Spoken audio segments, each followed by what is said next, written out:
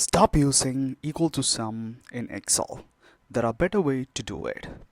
To calculate the sum, simply select the cell and press Alt equal. When you're working on a large file, then if you found errors, to find the heading of these, it's extremely difficult. So you have to go back to the heading and then check. So to solve this issue, it's better to freeze the first row. For that, simply use the shortcut Alt WFF. And then your first row will be frozen.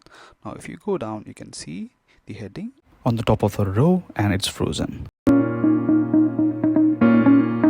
Friends, if you are creating sequence like this or this, there is a better way to do it.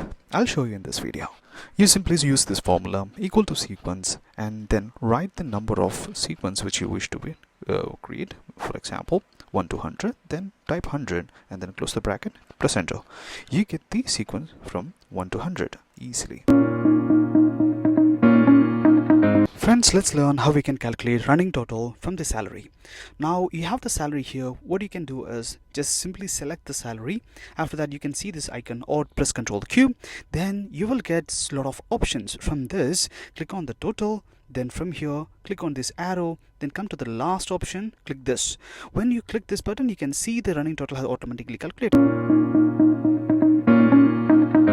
Friends, in the sample sheet, we have a salary of employee and the total salary is there.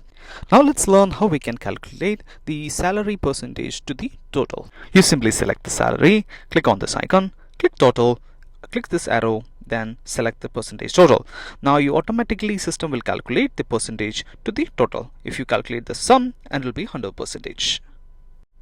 If you like this video, please share with your friends. Thank you.